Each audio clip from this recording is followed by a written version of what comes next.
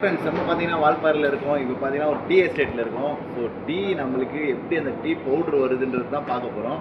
So வந்து இந்த இலை தான் பார்க்குறீங்களா, இந்த மரம் ஃபுல்லாக இருக்குல்ல. ஸோ அந்த இலையை வச்சு தான் டீ பொடி எடுக்கிறாங்க. அது எப்படி எடுக்கிறாங்க அதுதான் இந்த வீடியோ நம்ம பார்க்க போகிறோம். வாங்க ஃப்ரெண்ட்ஸ் பார்க்கலாம்.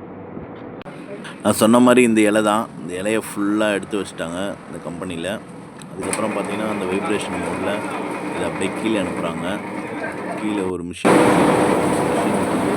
எல்லாத்தையும் அனுப்பிச்சி விட்டு மிஷின் பார்த்தீங்கன்னா க்ளீன் பண்ணி தூள் மாதிரி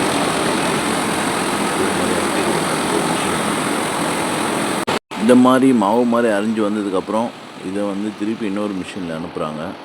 ஹீட்காக ஹீட் பண்ண போகிறாங்க.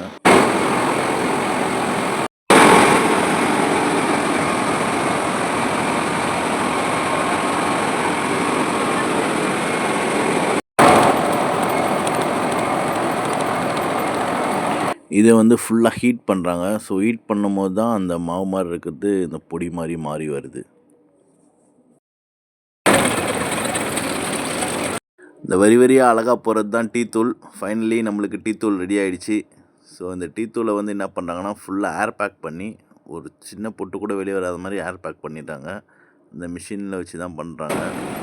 மிஷின் வந்து ஃபுல்லாக ஏர் பேக் பண்ணி ஒரு சின்ன பொட்டு காற்று கூட வெளியே போகாத மாதிரி செலக்ட் பண்ணிட்டாங்க. ஸோ இதனால் ரொம்ப நாளைக்கு நல்லாயிருக்கும்னு சொல்கிறாங்க. நம்மளாம் வீட்டில் கேட்டிருப்போம் ஒரு டீ போடுறதுக்கு எவ்வளோ நேரமானு சொல்லிட்டு. ஸோ அந்த டீயில் போடுற டீ தூள் செய்கிறதுக்கு அவங்க எவ்வளோ கஷ்டப்படுறாங்க, அந்த ப்ராசஸ் எவ்வளோ பெருசாக இருக்குன்றது இந்த வீடியோவில் பார்த்தோம். இன்னும் இது மாதிரி நல்ல சுவாரஸ்யமான வீடியோஸ் பார்க்குறதுக்கு என் சேனலை சப்ஸ்கிரைப் பண்ணுங்கள். Thank you friends.